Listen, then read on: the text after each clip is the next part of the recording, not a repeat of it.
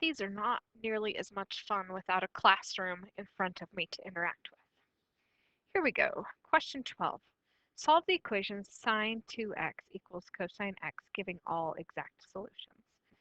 Now, it's kind of hard to solve something with both a sine and a cosine in it like this.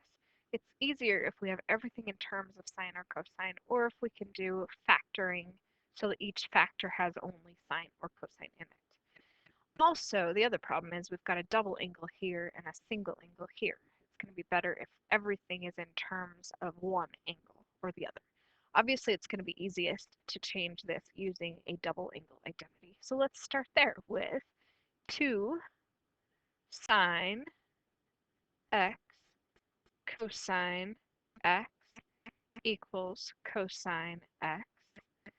Now, if we can solve this using factoring and zero product property, we're going to want everything on one side with 0 on the other side. So let's go ahead and move our cosine x to the other side. So we have 2 sine x cosine x minus cosine x equals 0. That indeed will allow us to factor. We can factor out a cosine x from both terms, which leaves us with 2 sine x.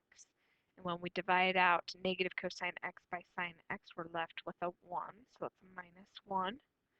We now have 2 factors we can set equal to 0. We have cosine x we can set equal to 0 and solve, and we have 2 sine x minus 1 equals 0 that we can solve.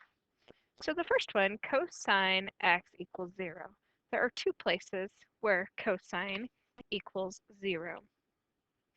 They are at pi halves and 3 pi halves. Now, we could write those separately as like pi halves plus 2k pi, and then 3 halves plus 2k pi to take us around the circle infinitely many times. But since pi halves is pi away from 3 pi halves, we can actually simplify our 2 answers down to this one infinite answer, pi halves plus k pi. Or I'm going to do the pi first because that's a number, and the k is a variable last. So pi halves plus k pi is our infinite or all solutions from the cosine part of this problem. Okay, now let's go over to the sine part of the problem. We're going to go ahead and solve this so that we have sine x. We add the 1 to the other side. We divide both sides by 2. Where does sine of x equal 1/2? So there's 2 places where that happens, in quadrant 1 and quadrant 2, but not 3 and 4, because it would be negative 1/2 in quadrant 3 and 4. So just quadrant 1 and quadrant 2. So x could equal pi 6, and then infinitely many times around either direction, plus 2 pi k. Of course, we're referring to k as any integer, right?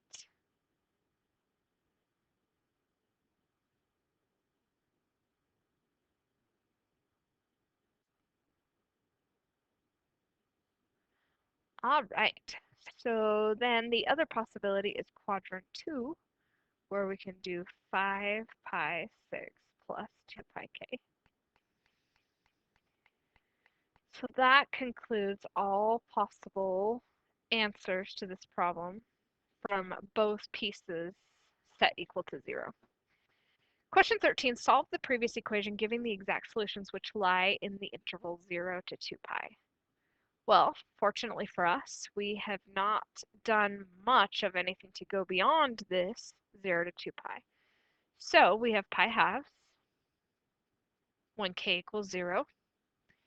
We have pi over 6 when k equals 0. Just for fun, I'm going to put these in order.